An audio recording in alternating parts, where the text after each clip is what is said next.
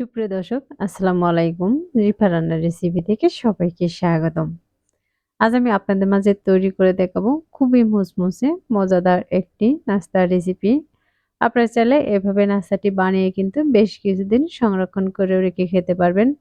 আর এভাবে বানালে দেখবেন ছোট বড় সকলেই কিন্তু খুবই পছন্দ করবে। আশা করছি আমার আজকের এই রেসিপিটিও আপনাদের কাছে খুবই ভালো লাগবে।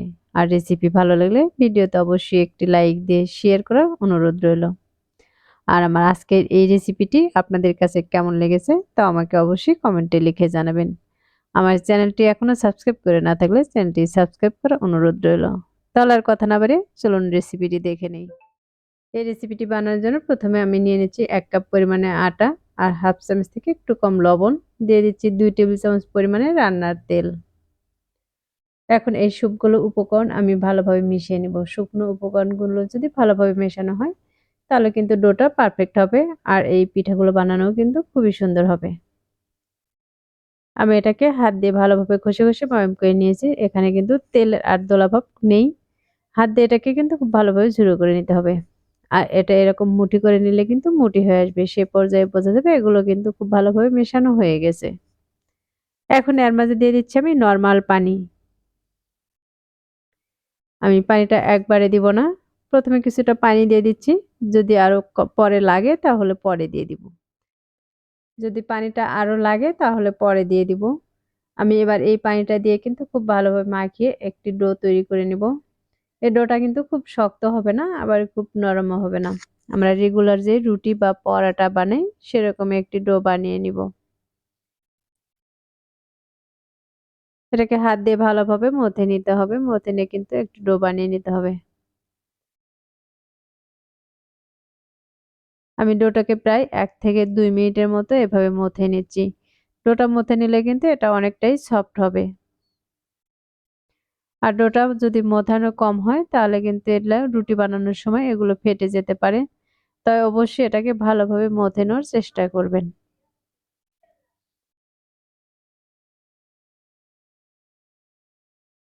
আমি এটা দেখতে পাচ্ছেন খুব ভালোভাবে কিন্তু মথে নিয়েছি।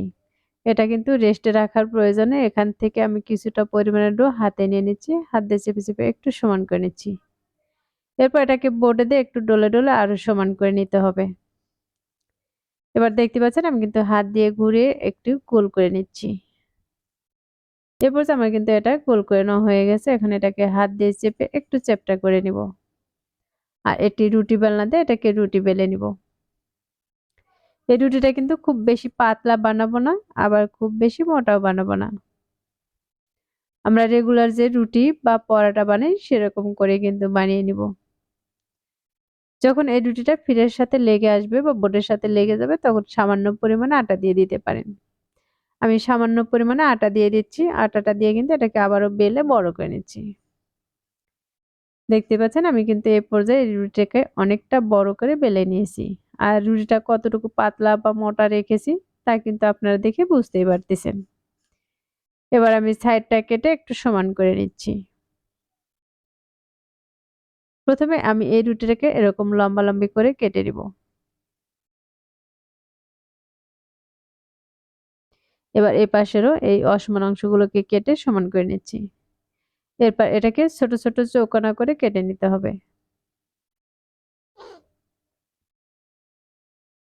আমি এটা কিন্তু কোনো রকম মাপ করে কেটে নিচ্ছি না। 1 ইঞ্চি বা 1.5 ইঞ্চি করে নিলে কিন্তু হয়ে যাবে।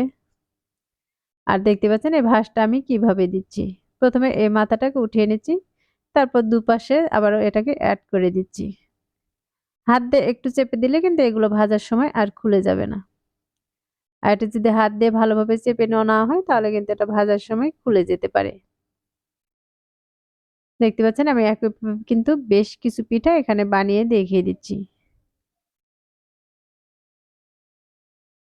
এভাবে পিঠাগুলো বানিয়ে কিন্তু আপনারা যেকোনো কৌটাতে ভরেও রেখে দিতে পারেন। আর এগুলো কিন্তু অনেকদিন পর্যন্ত মুচমুচে থাকবে। আমি একইভাবে কিন্তু সবগুলো পিঠা এখানে বানিয়ে নিয়েছি। আর বানানোর পর দেখতেই পাচ্ছেন এগুলো দেখতে মাশাআল্লাহ অনেক সুন্দর দেখা যাচ্ছে। এখন এগুলো ভাজার জন্য চুলায় একটি ফ্রাই প্যানে তেল দিয়ে তেলটাকে গরম করে নিয়েছি। এখন এই গরম তেলের মাঝে আমি পিঠাগুলোকে দিয়ে দিচ্ছি। এগুলো ভাজার সময় কিন্তু চুলার আঁচটা খুব বাড়িয়ে ভাজিয়ে নেওয়া যাবে না। চুলার আঁচটা মিডিয়ামে রেখে এগুলো ভেজে নিতে হবে। চুলার আঁচটা যদি বাড়িয়ে রাখা হয় তাহলে কিন্তু এগুলো দ্রুত কালার চলে আসবে। এগুলো কিন্তু মুচমুচে হবে না।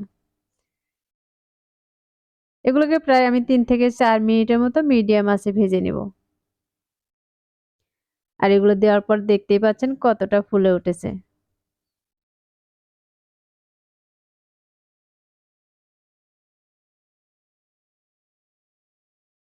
এগুলোকে আমি বেশ কিছু সময় নিয়ে ভেজে নিয়েছি। আর ভাজার পর দেখতেই পাচ্ছেন কতটা সুন্দর কালার চলে এসেছে।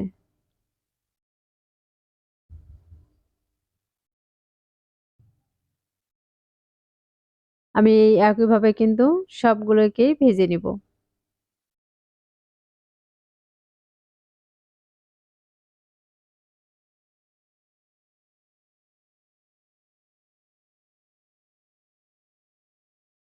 আমি সবগুলো ভেজে এখানে উঠিয়ে নিয়েছি। আর এগুলো ওঠানোর পর দেখতেই পাচ্ছেন কতটা সুন্দর দেখা যাচ্ছে। এগুলো দেখতে যেমন আকর্ষণীয় আর খেতেও কিন্তু ভীষণ টেস্টি। এগুলো কিন্তু খুবই মুচমুচে।